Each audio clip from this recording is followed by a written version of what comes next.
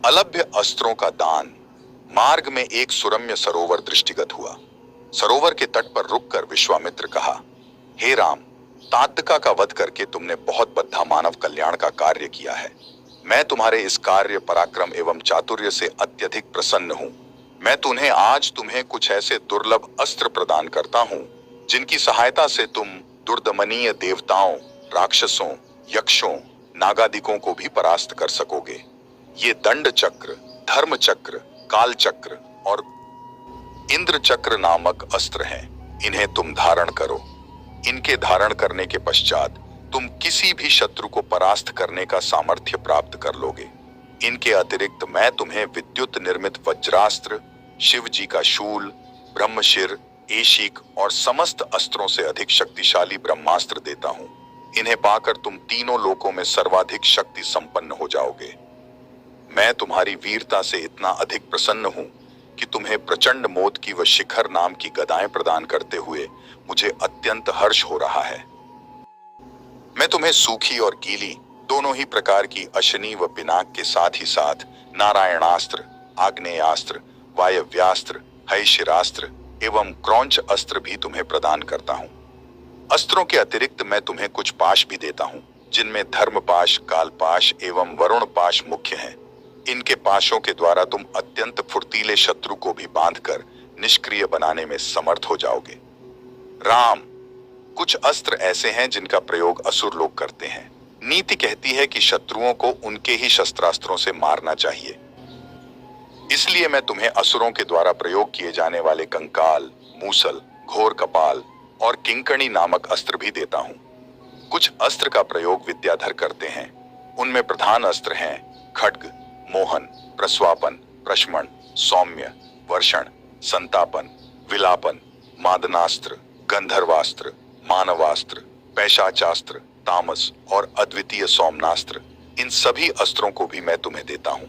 ये मौसलास्त्र, सत्यास्त्र, असुरों का मायामय अस्त्र और भगवान सूर्य का प्रभास्त्र हैं, जिन्हें दिखाने मात्र से शत्रु निस्तेज होकर नष्ट हो जाते हैं।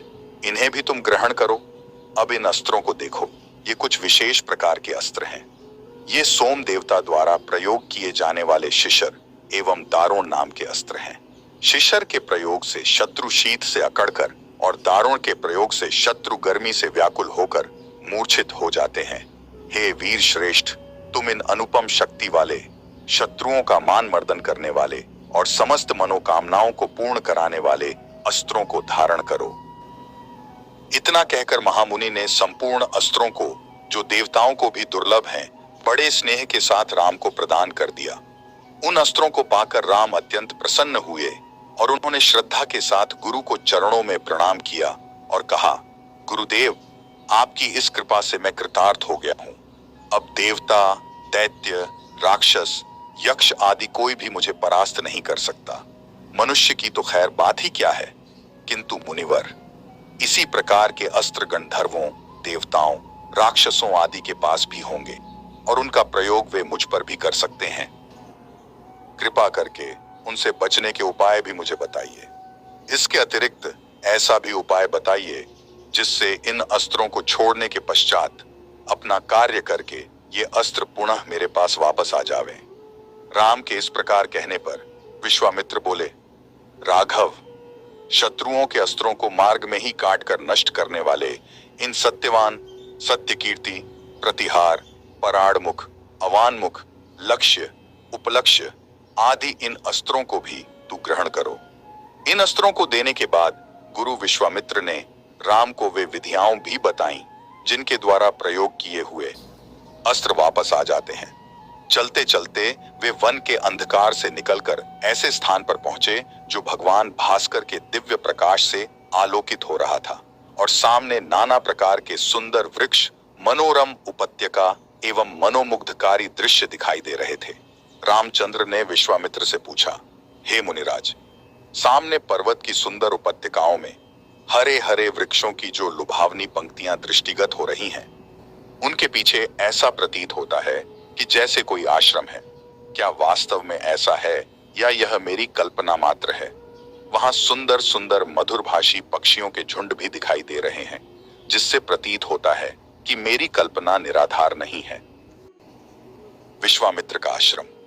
चलते चलते वे वन के अंधकार से निकलकर ऐसे स्थान पर पहुंचे जो भगवान भास्कर के दिव्य प्रकाश से आलोकित हो रहा था, और सामने नाना प्रकार के सुंदर वृक्ष, मनोरम उपत्यका एवं मनोमुग्धकारी दृश्य दिखाई दे रहे थे। रामचंद्र ने विश्वामित्र से पूछा, हे मुनिराज, सामने पर्वत की सुंदर उपत्यकाओं में हरे हरे वृक्षों की जो लुभावनी पंक्तियां दृष्टिगत हो रही हैं, उनके पीछे ऐसा प्रतीत होता है कि जैसे कोई आश्रम है। क्या वास्तव में ऐसा है या यह मेरी कल्पना मात्र है? वहां सुंदर सुंदर मधुरभाषी पक्षियों के झुंड भी दिखाई दे रहे हैं, जिससे प्रतीत होता है कि मेरी कल्पना निराधार नहीं है। विश्वामित्र जी ने कहा, हे वत्स, यह वास्तव में आश्रम ही है और इसका नाम सिद्धाश्रम है। यह सुनकर लक्ष्मण ने पूछा, गुरुदेव, इसका नाम सिद्धाश्रम क्यों पड़ा? विश्वामित्र जी ने कहा, इस संबंध में भी एक कथा प्रचलित है। प्राचीन काल में बलि नाम का एक राक्षस था। बलि बहुत पराक्रमी और बलशाली था और समस्त देवताओं को पराजित कर चुका था। एक बार उसी बलि ने यहाँ पर एक महान यज्ञ का अनुष्ठान किया था। इस यज्ञ अनुष्ठान से उसकी शक्ति में और भी वृद्धि हो जाने वाली थी। इस बात को विचार करके देवराज इंद्र अत्यंत भयभीत हो गया। इंद्र समस्त देवताओं को साथ लेकर भगवान विष्णु के पास पहुंचा और उनकी स्तुति करने के पश्चात उनसे प्रार्थना की, हे त्रिलोकीनाथ, राजा बलि ने समस्त देवताओं को परास्त कर दिया है और अब वह एक विराट यज्ञ कर रहा है। वह महादानी और उदार हृदय राक्षस है। उसके द्वार से कोई भी याचक खाली हाथ नहीं लौटता। उसकी तपस्या, तेजस्विता और यज्ञादि शुभ कर्मों से देवलोक सहित संपूर्ण ब्रह्मांड कांप उठा है। यदि उसका यह यज्ञ पूर्ण हो जाएगा तो वह इंद्रासन को प्राप्त कर लेगा। इंद्रासन पर किसी राक्षस का अधिकार होना सुरों की परंपरा के विरुद्ध है। अतएव हे लक्ष्मीपति, आपसे प्रार्थना है कि आप तुच्छ ऐसा उपाय करें कि उसका यज्ञ पूर्ण न हो पाए। उनकी इस प्रार्थना पर भगवान विष्णु ने कहा, आप सभी देवता निर्भय और निश्चिंत होकर अपने अपने धाम में वापस चले जाएं। आप लोगों का मनोरथ पूर्ण करने के लिए मैं शीघ्र ही उपाय करूंगा। देवताओं के चले जाने के बाद भगवान विष्णु वामन बौने का रूप धारण करके वहां पहुंचे जहां पर बलि यज्ञ कर रहा था। इस बौने किंतु परम तेजस्वी ब्राह्मण से राजा बलि अत्यधिक प्रभावित हुए और बोले, विप्रवर, आपका स्वागत है, आज्ञा कीजिए, मैं आपकी क्या सेवा कर सकता हूं? बलि के इस तरह कहने पर वामन रूपधारी भगवान विष्णु ने कहा, राजन, मुझे बैठकर भगवान का भजन करने के लिए सिर्फ 2.5 चरण भूमि की आवश्यकता है। इस पर राजा बलि ने प्रसन्नता पूर्वक वामन को 2.5 चरण भूमि नापने की अनुमति दे दी। अनुमति मिलते ही भगवान विष्णु ने विराट रूप धारण किया और एक चरण में संपूर्ण आकाश को और दूसरे चरण में पृथ्वी सहित पूरे पाताल को नाप लिया और पूछा, राजन, आपका समस्त राज्य तो मेरे 2 चरण में ही आ गए। अब शेष आधा चरण से मैं क्या नापूं? बलि के द्वार से कभी भी कोई याचक खाली हाथ नहीं गया था। बलि इस याचक को भी निराश नहीं लौटने देना चाहता था। उसने कहा, हे ब्राह्मण, अभी मेरा शरीर बाकी है। आप मेरे इस शरीर पर अपना आधा चरण रख दीजिए। इस पर भगवान विष्णु ने बलि को भी अपने आधे चरण में नाप लिया। बलि का यह दान इतना महान था कि बलिदान के नाम से विख्यात हो गया। भगवान विष्णु ने बलि की दानशीलता से प्रसन्न होकर उसे वरदान दिया कि यह स्थान सदा पवित्र माना जाएगा, सिद्धाश्रम कहलाएगा और यहाँ तपस्या करने वाले को शीघ्र ही समस्त सिद्धियां प्राप्त होंगी।